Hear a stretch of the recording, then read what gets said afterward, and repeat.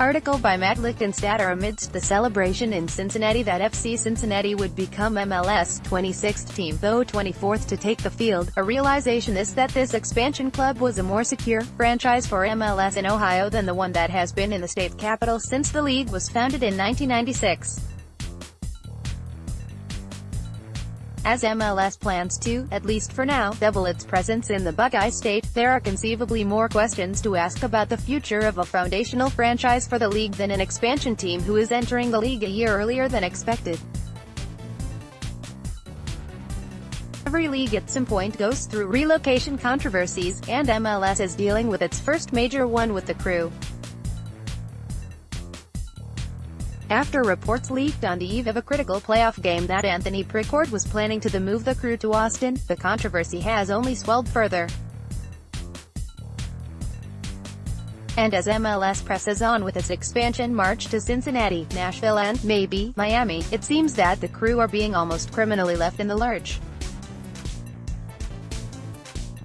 MAPFRE Stadium is in disrepair. Attendance has plummeted. It appears that Ohio's current Attorney General and Republican gubernatorial nominee Mike DeWine has more invested in the Crew's future than Anthony Precourt does. And all of this obfuscates how the Crew are tied for the lead in the Supporters' Shield race. MLS's treatment of Columbus in this controversy has been rather shameful.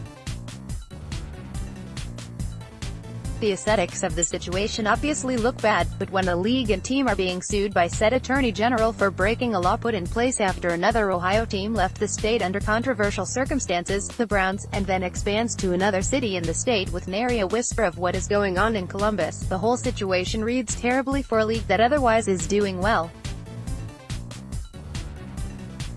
Precourt has made no secret about his desire to move the Crew to Austin, a desire the league is seemingly agreeing with, even though there is no concrete stadium plan available in Austin. And the main argument for why the Crew can't gain traction, being second fiddle to Ohio State, it is not a problem they'll escape in Austin.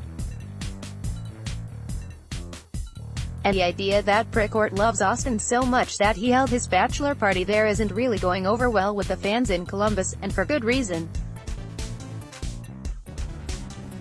Don Garber was not going to escape Crew questions at the FC Cincinnati Gala, especially after earlier in the day, Cincy native son Jason Sobel wore a.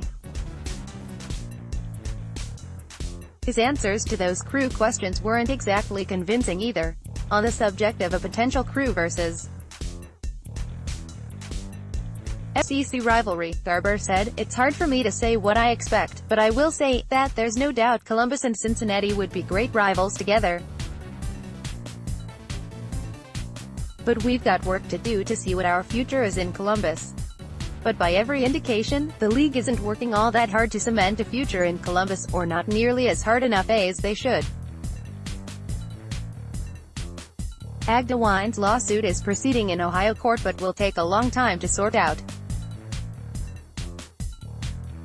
Precourt will still try to lay the groundwork for an Austin move, even though the city isn't really in love with Precourt's ideas as much as he seems to be.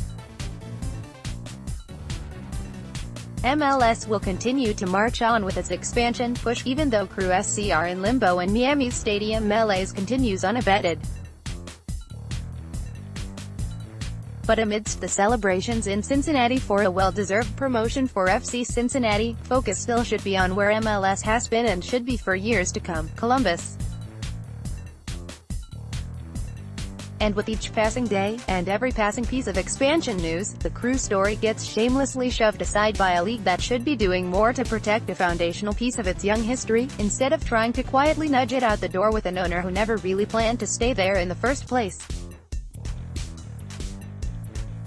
No amount of news elsewhere can hide what isn't happening in Columbus, or the shame that many feel about how a great soccer city is being treated.